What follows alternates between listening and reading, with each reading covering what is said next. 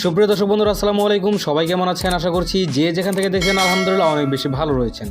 দর্শক বন্ধুরা, রিয়েলমি তাদের আরও একটি নতুন স্মার্টফোন অলরেডি গ্লোবাল মার্কেটে লঞ্চ করে দিয়েছে, রিয়েলমি C55।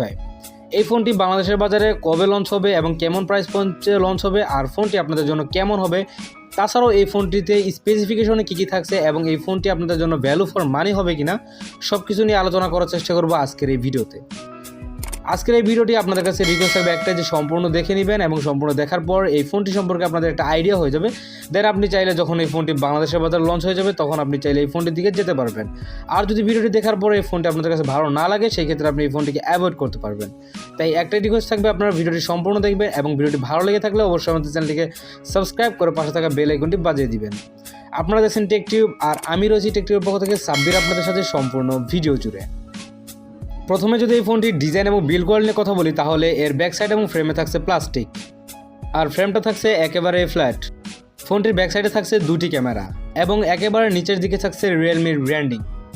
সত্যি কথা বলতে গেলে রিয়েলমি তাদের সি সিরিজের যে ফোনগুলো রয়েছে সেগুলোর ডিজাইন এবং বিল্ড কোয়ালিটি যথেষ্ট পরিমাণেই অ্যাকুরেট করার চেষ্টা করেছে। আর রিয়েলমি তাদের এই ফোনগুলোকে যথেষ্ট স্লিম এবং লাইট ওয়েট রাখার চেষ্টা করছে, যার কারণে আপনারা খুব সহজে ফোনটিকে এক হাতে খুব ইজিলি ইউজ করতে পারবেন। ফোনটি থিকনেস করা হয়েছে 7.9 মিলিমিটার এবং ওজন করা হয়েছে 189 গ্রাম। তার মানে বুঝতেই পারছেন এই ফোনটি যথেষ্ট স্লিম এবং লাইট ওয়েট। দেন যদি আমরা এই ফোনটির পোর্টস অ্যান্ড বাটনের কথা বলি, তাহলে এই ফোনের সব ধরনের পোর্টস অ্যান্ড বাটন আপনারা পেয়ে যাচ্ছেন, যেমন 3.5 millimetre headphone jack, type C slot ইত্যাদি। তাছাড়াও এখানে দুইটি সিম কার্ডের পাশাপাশি কিন্তু একটি মাইক্রো এসডি কার্ড ব্যবহারেরও সুবিধাটা পেয়ে যাচ্ছেন, যা সচরাচর এখন ম্যাক্সিমাম ফোনেই থাকে না। আর মার্কেটে এই ফোনটি আপনারা দুইটি কালার ভেরিয়েন্টে পেয়ে যাবেন। আর এই ফোনটিতে সাইড মাউন্টেন ফিঙ্গারপ্রিন্ট সেন্সর ব্যবহার করেছে, যা ফাস্ট এবং অ্যাকুরেট বলেই জানতে পেরেছি। আর এই ফোনটির সামনে আসলে আপনারা পেয়ে যাচ্ছেন একটি ফুল ভিউ ডিসপ্লে, যার উপর অংশে মাঝ বরাবর সেলফি ক্যামেরাটি বসানো হয়েছে পাঞ্চলের মাধ্যমে। আর এখানে থাকছে অ্যাপেলের মতো ডাইনামিক আইসল্যান্ড বা মিনি ক্যাপসুল, যা মূলত আপনার নোটিফিকেশনে কাজ করবে, অর্থাৎ battery performance notification, message notification ইত্যাদির মতো যে নোটিফিকেশনগুলো রয়েছে সেগুলোর কাজ করবে এটি।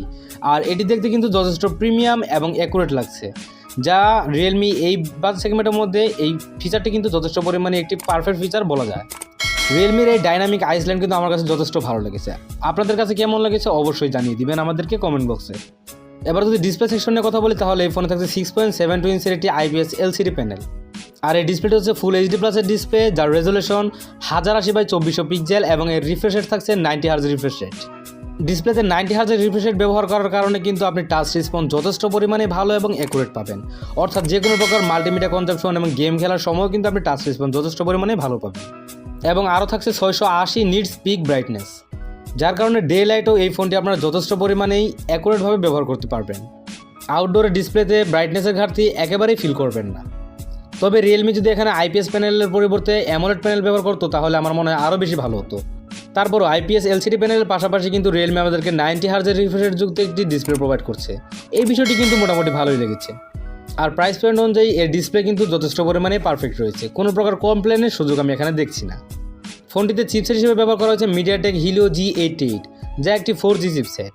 আর এই চিপসেটটি মূলত 12 ন্যানোমিটার আর্কিটেকচার তৈরি করা একটি অক্টাকোর প্রসেসর এবং জিপি হিসেবে থাকছে Mali G52 MC2। দর্শক বন্ধুরা, বাজেটে কিন্তু MediaTek Helio G88 একটি ভালো মানের চিপসেট। এটি কিন্তু G88 এর থেকে কিছুটা আপডেট বলতে পারেন। তবে 12 ন্যানোমিটার আর্কিটেকচার তৈরি হওয়ার কারণে এটার পারফরমেন্স আমরা খুব বেশি এটা ভালো বলতে পারবো না।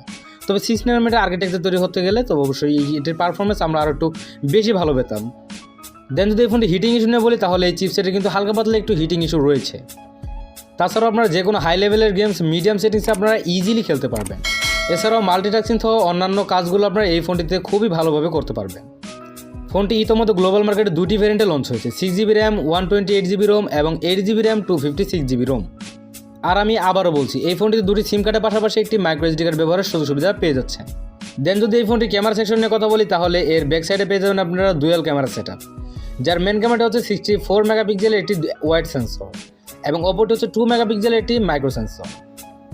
আর ব্যাক ক্যামেরা ফিচার হিসেবে থাকছে এই LED ফ্ল্যাশ, HDR, প্যানোরামা।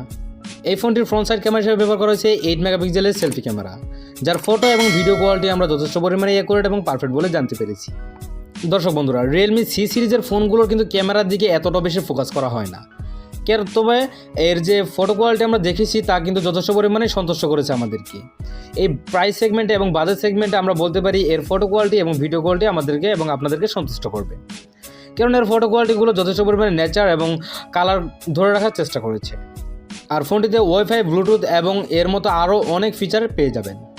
এবং ইউএসবিতে থাকছে ইউএসবি Type-C 2.0। দেন যদি আমরা এই ফোনটির ব্যাটারি সেকশনের কথা বলি তাহলে এতে থাকছে 5000 mAh একটি হিউজ পরিমাণ ব্যাটারি, এবং এই ব্যাটারিটিকে চার্জ করার জন্য আপনারা পেয়ে যাবেন বক্সে 33 ওয়াটের একটি ফাস্ট চার্জার, যার মাধ্যমে আপনি ফোনটিকে 1 ঘন্টার মধ্যে ফুল চার্জ করে নিতে পারবেন। এই ফোনটিতে যারা হেভি ইউজার আছেন তারা মোটামুটি 8 থেকে 10 ঘন্টার মতো ব্যাটারি ব্যাকআপ পেয়ে যাবেন, এবং যারা নর্মাল ইউজার আছেন তারা মোটামুটি 1 দিনের বেশি এই ফোনটিকে চালাতে পারবেন। এবারে কথা হচ্ছে এই ফোনটি আমরা বাংলাদেশের মার্কেটে কবে পাবো, এবং এই ফোনটির প্রাইসই বা কেমন হতে পারে, এবং ফোনটি কখন আসবে এবং কোথায় আমরা এই ফোনটি পাবো।